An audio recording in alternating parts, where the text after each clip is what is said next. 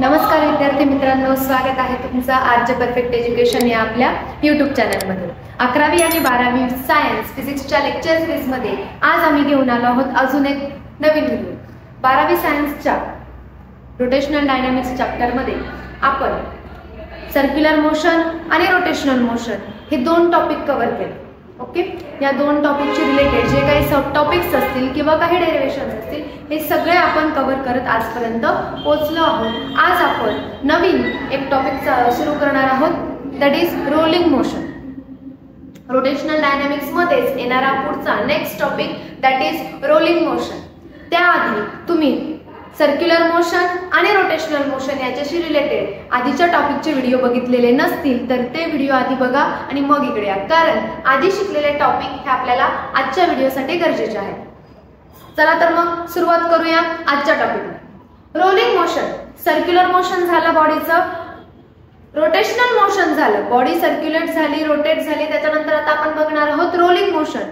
तर आता rolling motion साठी आधी एक गोष्ट आपल्याला गरजेची आहे ती म्हणजे रेडियस ऑफ गायरेशन।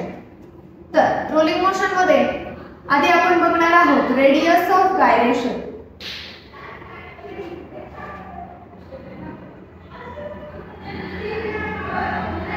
आता रेडियस ऑफ गायरेशन म्हणजे काय? रेडियस ऑफ गायरेशन म्हणजे काय? आता रेडियस एखाद्या बॉडीची, सर्क्युलर बॉडीची किंवा स्फेरिकल बॉडीची रेडियस आपण बघितली, बरोबर आहे। त्याच्या सेंटर पॉइंट पासून त्याच्या सर्कम्फरन्स पर्यंत जी डिस्टन्स आहे त्याला आपण रेडियस म्हणतो। पण आता रेडियस ऑफ गायरेशन म्हणजे काय? तर आपण आधी रोटेशनल मोशन मध्ये सगळ्यात महत्त्वाचं काय कन्सिडर करतोय? रिजिड बॉडी, बरोबर आहे। या रिजिड बॉडी मधून एक ऍक्सिस पास होतो, बरोबर आहे, ऍक्सिस ऑफ रोटेशन। आता मी ज्या रिजिड बॉडी मध्ये एक पॉइंट कन्सिडर केला ज्या पॉइंटला तुमचं सेंटर ऑफ मास आहे, ज्या पॉइंटला काय आहे? Centre of mass. आता what is centre of mass? Centre of mass of body, it is the point where whole mass of body is suppose to be concentrated. त्या बॉडीचा संपूर्ण मास ज्या एका पॉइंटला कॉन्सन्ट्रेटेड आहे त्याला म्हणतात सेंटर ऑफ मास। मग मी असा पॉइंट कन्सिडर केला सेंटर ऑफ मासचा, तर तुमच्या ऍक्सिस ऑफ रोटेशन पासून सेंटर ऑफ मास पर्यंतचं जे काही डिस्टन्स आहे ते डिस्टन्स आपण अज्यूम करूया, बरोबर आहे। हे डिस्टन्स अज्यूम केलं मी के, ओके, हे डिस्टन्स अज्यूम केलं मी के। आता रोटेटिंग बॉडी आहे, तर रोटेटिंग बॉडी असल्यामुळे आपण पहिला फेनोमेनॉन आपण काय कन्सिडर करतो? Moment of inertia. ओके, पहिली गोष्ट काय कन्सिडर करतो? Moment of inertia. तर ह्या रोटेटिंग बॉडीचा मोमेंट ऑफ इनर्शिया आपण कन्सिडर करणार आहोत। पहिले आपण काय कन्सिडर केलं? कन्सिडर अ रोटेटिंग बॉडी। एक काय कन्सिडर केली आपण? Rotating body with axis of rotation, with axis of rotation, बरोबर आहे। ऍक्सिस ऑफ रोटेशन सोबत आपण एक रोटेटिंग बॉडी कन्सिडर केली, बरोबर आहे। त्याच्यानंतर आपण काय कन्सिडर केलं? एक सेंटर ऑफ मास, बरोबर आहे। सेंटर ऑफ मास कन्सिडर केलं। सेंटर ऑफ मासला मी काय करते? डिनोट करते at point O. Point O is at center of mass of body, center of mass of body, point O कशाला डिनोट केले आपण? जिथे बॉडीचं काय आहे? सेंटर ऑफ मास। मग आता मी काय केलं? ऍक्सिस ऑफ रोटेशन पासून त्या पॉइंटचं डिस्टन्स काय केलं? मी अज्यूम केलं के, अज्यूम डिस्टन्स बिटवीन, कोणातला distance? Distance between axis of rotation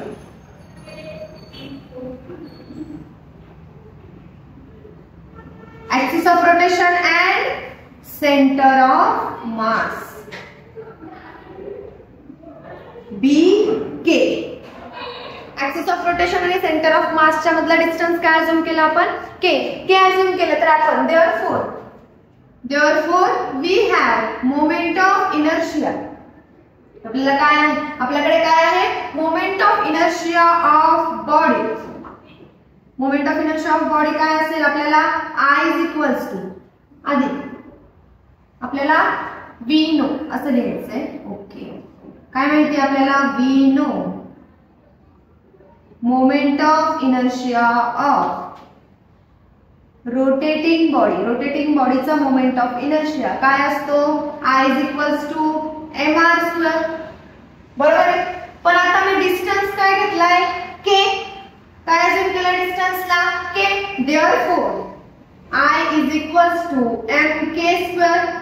I is equals to mk².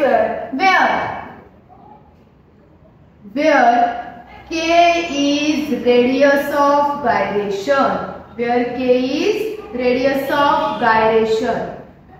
तिथे k काय तुमचा रेडियस ऑफ गायरेशन. मग इथून आपण k ची व्हॅल्यू फाइंड आउट करू शकतो. काय व्हॅल्यू फाइंड आउट करू शकतो k² एका बाजूला काय लिहिणार आपण I by m. Therefore k is equals to root of I upon m. बरोबर आहे. This is nothing but the value of radius of gyration. This is nothing but radius of gyration. बघा काय radius of gyration तुमच्या axis of rotation आणि centre of मास पर्यंतचा distance that is k. आणि त्यालाच काय आपण म्हटलंय रेडियस ऑफ गायरेशन. त्याला आपण कसं फॉर्म्युलाइज केलं किंवा कसं कॅल्क्युलेट केलं k is equals to root of I upon m. मग what is radius of gyration. Radius of gyration is defined as कसं डिफाइन करणार रेडियस ऑफ गायरेशनला. Radius of gyration is defined as the distance between axis of rotation and centre of mass of rotating body. एका rotating बॉडीच्या axis of rotation आणि centre of mass मधला जो काही distance आहे त्याला आपण म्हणणार रेडियस ऑफ गायरेशन. मग त्याला कसं डिराइव्ह करणार तर अशा पद्धतीने मोमेंट ऑफ इनर्शिया आपल्याला माहिती आहे. सो मोमेंट ऑफ इनर्शिया मध्ये डिस्टन्स ऐवजी आपण काय पुट केला k पुट केला आणि मग आपल्याला मिळाली value k is equals to root of I upon m.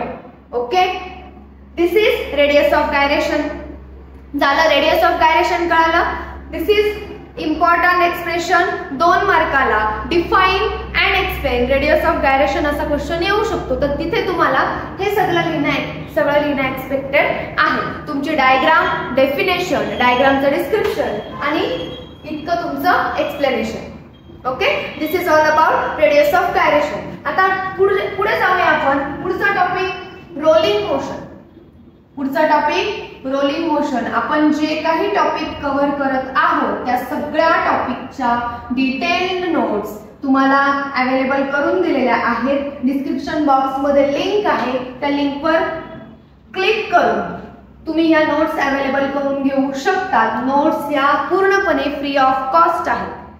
जसा जसा टॉपिक अपलोड होतोय तशा नोट्स सुद्धा अपलोड केलेल्या आहेत. व्यवस्थित PDF फॉर्मॅट मध्ये नोट्स तुम्हाला अपलोड करून दिलेल्या आहेत. ओके सो चला रेडियस ऑफ गायरेशन संपलं. आता आपण बोलूया रोलिंग मोशन. आता व्हॉट इज रोलिंग मोशन. शब्दाकडे लक्ष द्या. रोलिंग.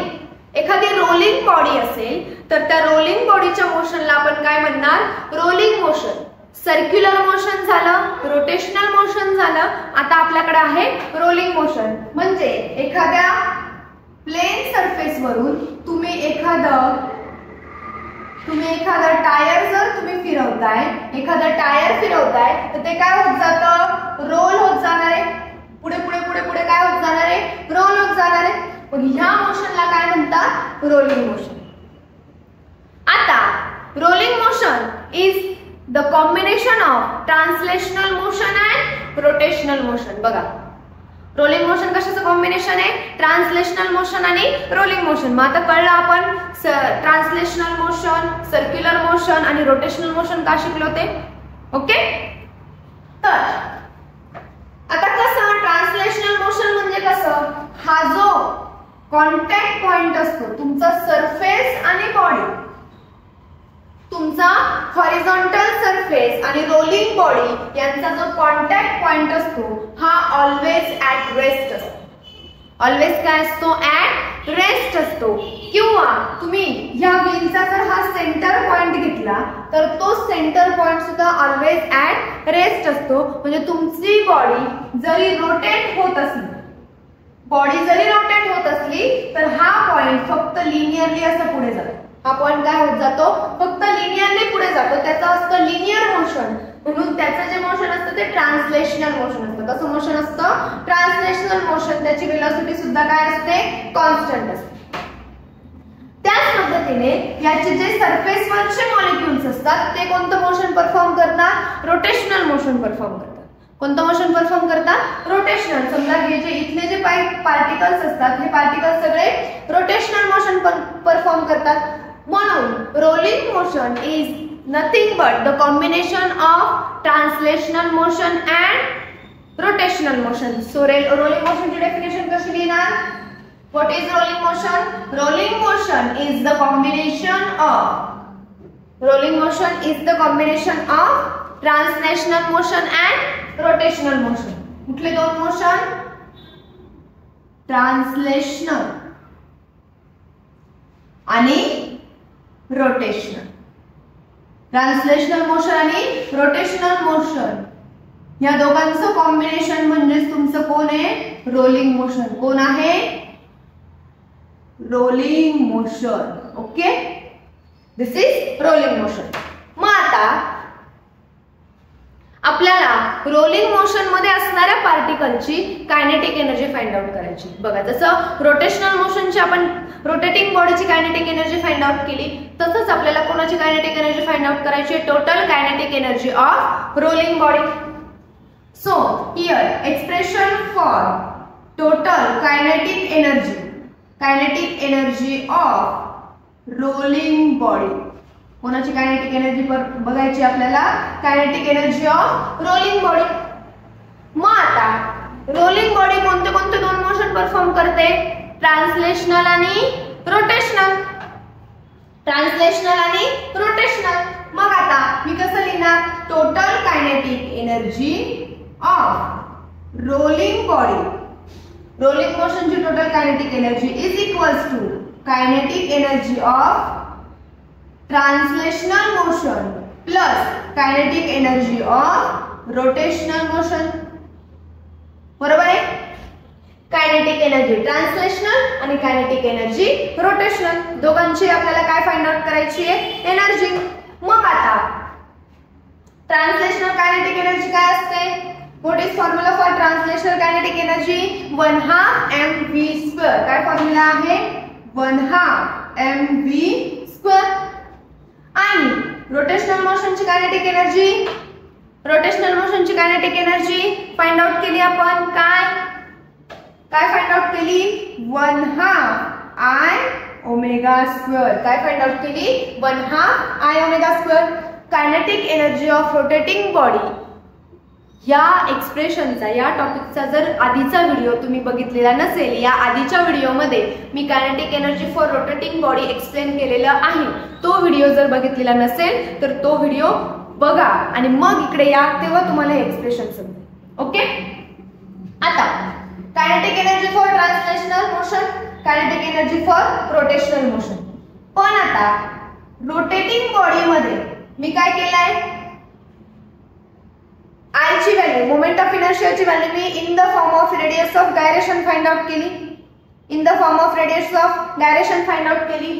आता वी नो इथे kinetic energy of rolling motion, पण आपल्याला काय माहितीये, वी हॅव, काय आहे आपल्याकडं, we have v is equals to r omega.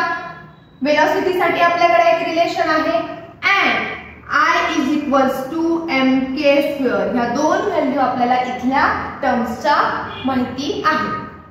मग आता काय करा, जिथे v दिसतोय तिथे r ओमेगा पुट करा, जिथे I दिसतोय तिथे mk² पुट करा. तुमच्या एक्सप्रेशन मध्ये काय मिळेल तुम्हाला expression, kinetic energy for rolling body is equals to 1/2 mv म्हणजे काय, r ओमेगाचा स्क्वेअर प्लस 1/2 I म्हणजे काय, mk² ओमेगा स्क्वेअर.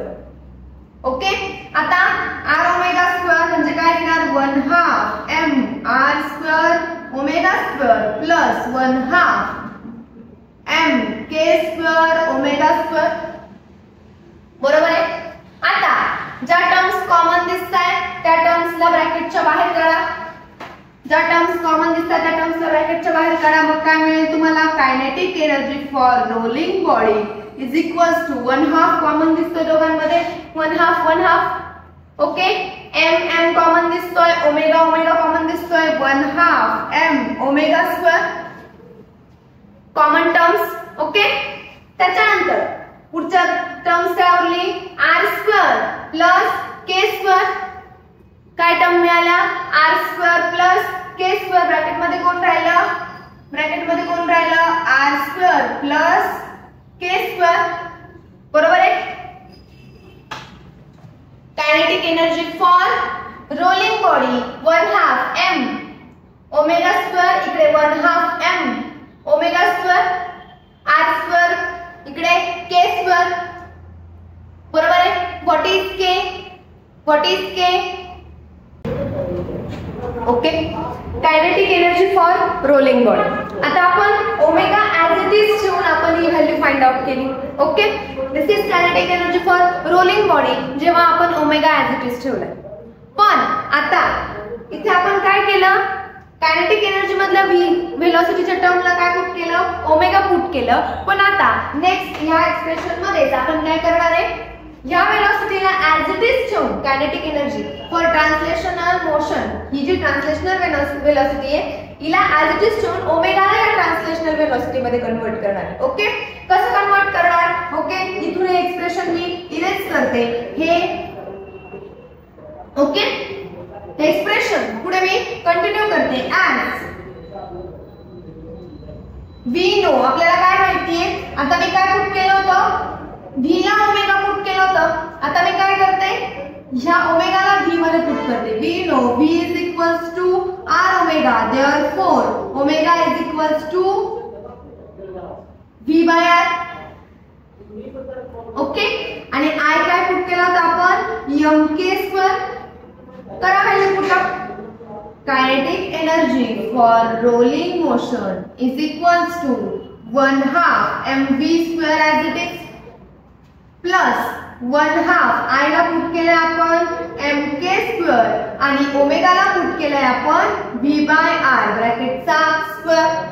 काय एक्सप्रेशन मिळालं आपल्याला?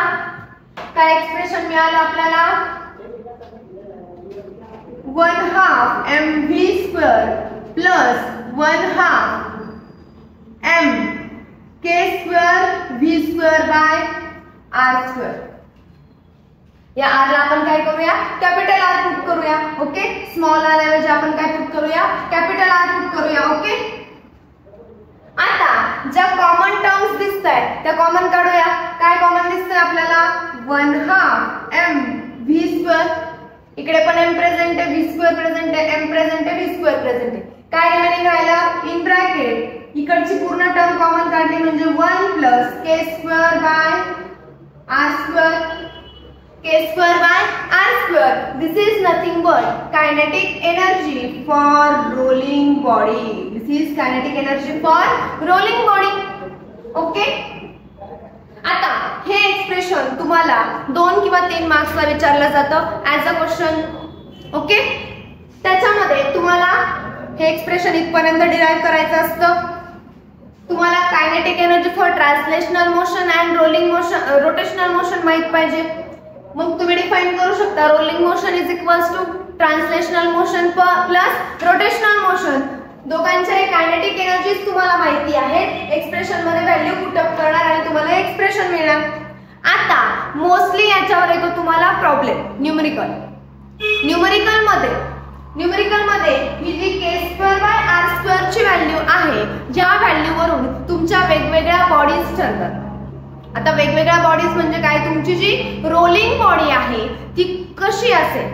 रिंग असेल, डिस्क असेल, सॉलिड स्फिअर असेल की हॉलो स्फिअर असेल?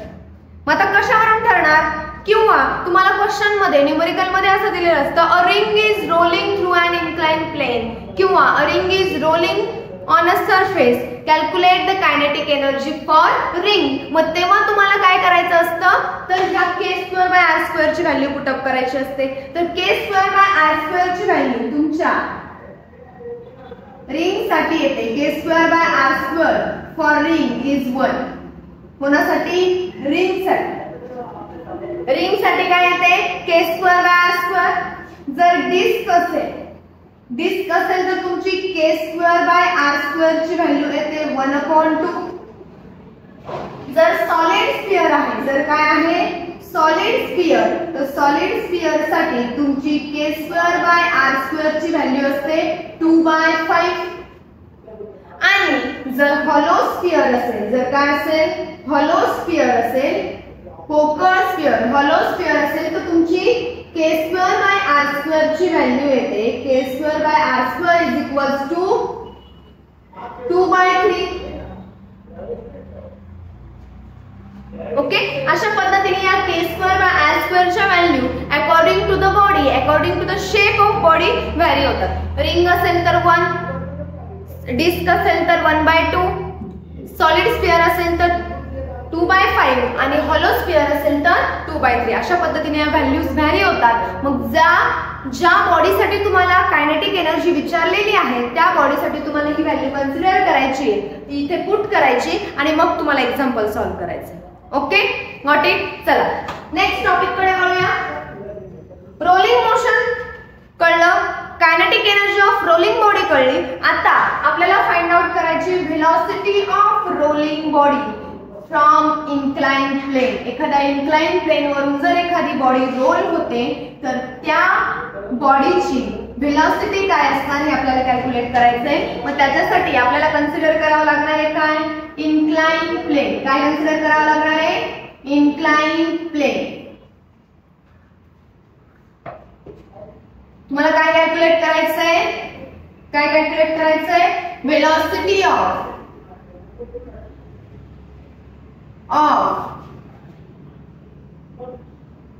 रोलिंग बॉडी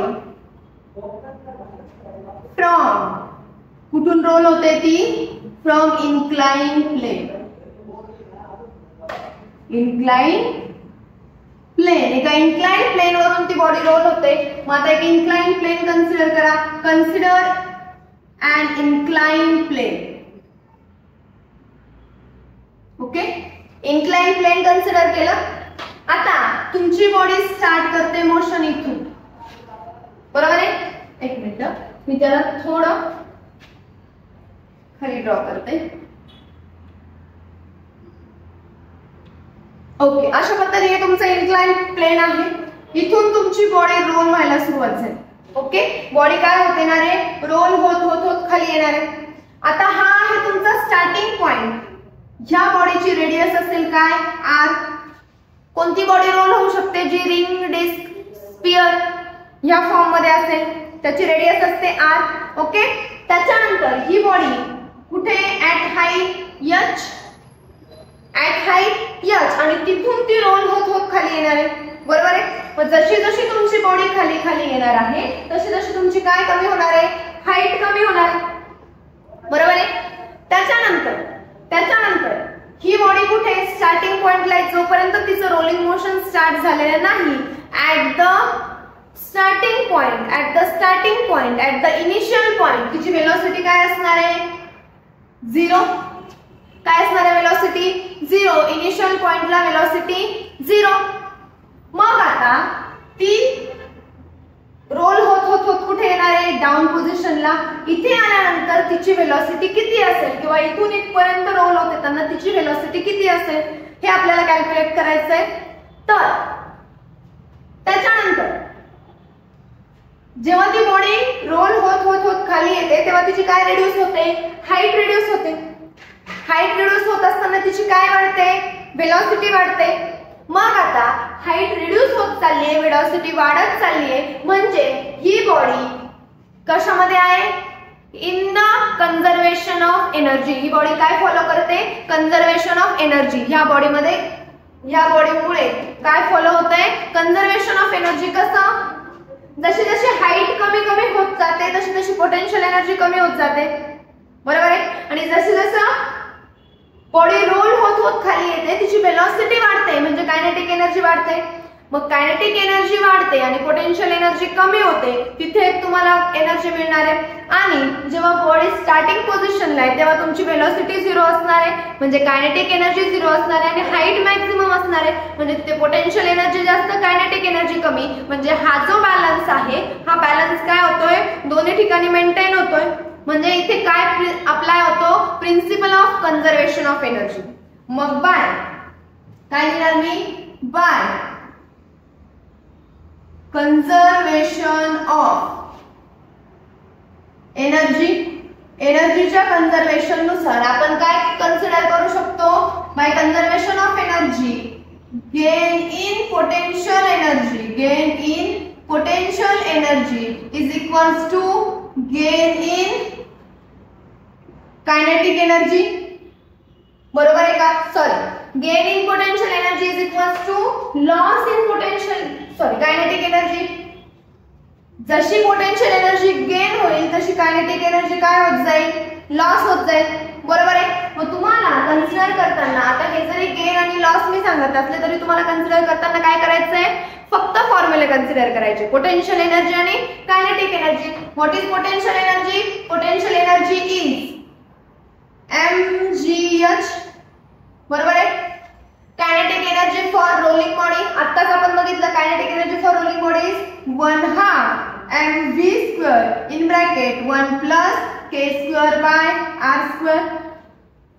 आपल्याला काय कॅल्क्युलेट करायची, वेलोसिटी, हा डिवाइडचा 2 इकडे जाताना काय होईल, मल्टिप्लाय, आधी दोन्ही साइडच्या सेम सेम टर्म कॅन्सल होतील, म्हणजे मास आणि मास काय होऊन जाईल, कॅन्सल, डिवाइडला असणारा 2 इकडे काय येणार, मल्टिप्लाय, काय इक्वेशन मिळणार, 2gh इज इक्वल्स टू काय मिळणार, v² in bracket 1 + k² by r²।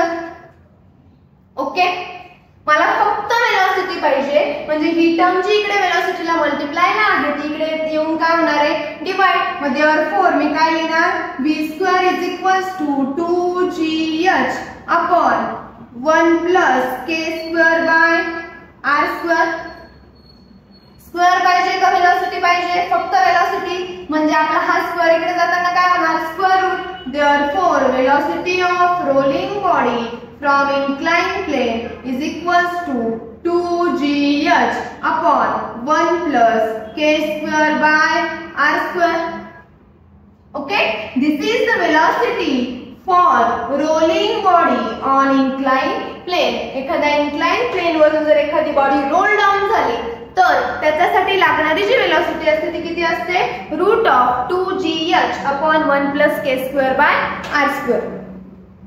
Mostly ह्या टॉपिक वर तुम्हाला न्यूमेरिकल विचारलं जातं आणि इन रेअर केस हे तुम्हाला एक्सप्रेशन विचारलं जातं, पण जनरली तुम्हाला न्यूमेरिकलच विचारलं जातं। आता ही झाली वेलोसिटी, पण आपल्याला काय फाइंड आउट करायचंय, ऑल्सो ऍक्सेलरेशन सुद्धा, acceleration for rolling body.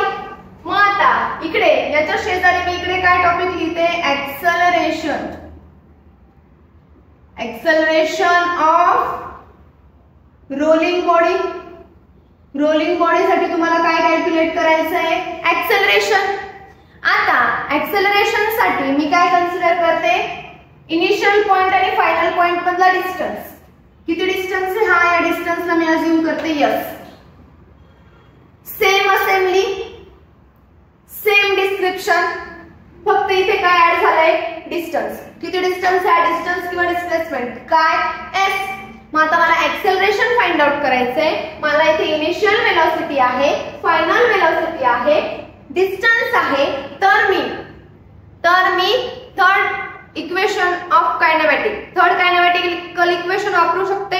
Okay, what is third equation, third kinematical equation, v² is equals to u² plus twice as। या सगळ्या इक्वेशन मध्ये ऍक्सेलरेशन आहे आपल्याकडे।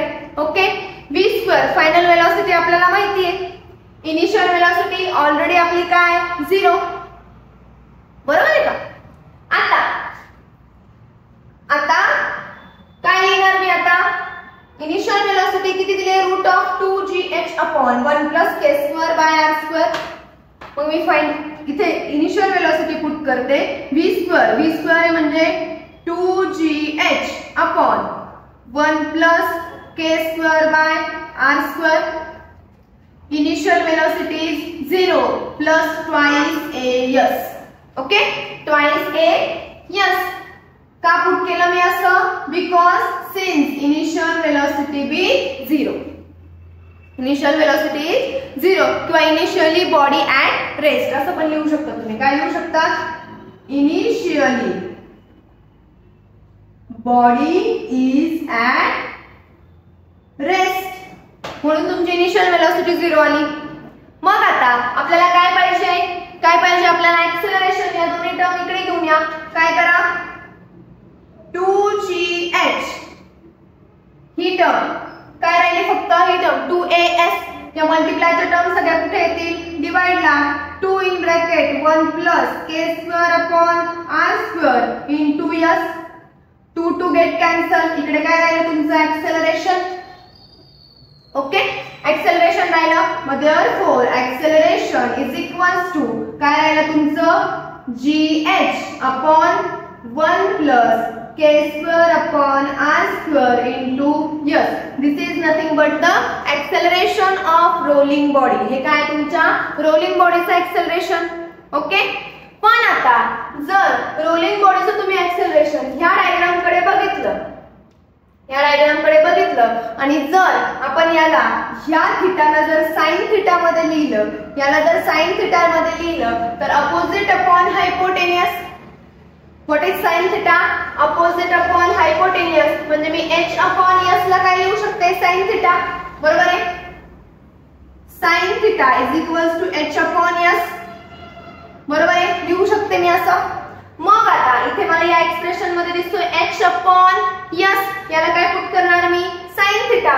Therefore a is equals to g sin theta upon 1 plus k square by r square. This is nothing but acceleration of rolling body. बघा काय calculate केलं आपण? Kinetic energy for rolling motion. Rolling बॉडीची kinetic energy find out केली. त्याच्यानंतर जर तुमची body incline plane वरून रोल होत असेल, तर त्याच्यासाठी आपण काय फाइंड आउट केली? वेलोसिटी फाइंड आउट केली आणि ते ऍक्सेलरेशन फाइंड आउट केलं. ओके, वेलोसिटी आणि acceleration. That's it. Velocity rolling motion मध्ये तुम्हाला फक्त एक कायनेटिक एनर्जीचं एक्सप्रेशन विचारतात किंवा वेलोसिटी विचारतात किंवा ऍक्सेलरेशन विचारतात. इन जनरल ह्या टॉपिकवर शक्यतो तुम्हाला न्यूमेरिकल्स विचारले जातात. ओके, न्यूमेरिकल्स विचारले जातात. इन रेअर केस तुम्हाला एक्सप्रेशन ऍक्सेलरेशन फाइंड आउट करायला विचारलं जातं किंवा वेलोसिटी फाइंड आउट करायला विचारलं जातं. In rare case. अशा पद्धतीने 12वी सायन्सचा पहिला चॅप्टर रोटेशनल डायनामिक्स पूर्ण लेक्चर सिरीज, पूर्ण व्हिडिओ सिरीज आपल्याला अवेलेबल झालेली आहे. First topic to last topic, circular motion, rotational motion to the rolling motion, आपण पूर्ण टॉपिक कव्हर केलेले आहेत. इच अँड एव्हरी टॉपिक वर व्हिडिओ आपल्या चॅनलवर अवेलेबल आहे. या आधीचे व्हिडिओ बघितले नसतील तर डिस्क्रिप्शन बॉक्स मध्ये लिंक आहे, नक्की बघा. पूर्ण सिरीज बघा, तुमचा चॅप्टर क्लिअर झालेला असेल. ओके, व्हिडिओ आवडला असेल तर व्हिडिओला लाईक करा. चॅनलवर नवीन असाल तर चॅनलला सबस्क्राईब करा आणि व्हिडिओला जास्तीत जास्त शेअर करा. भेटूया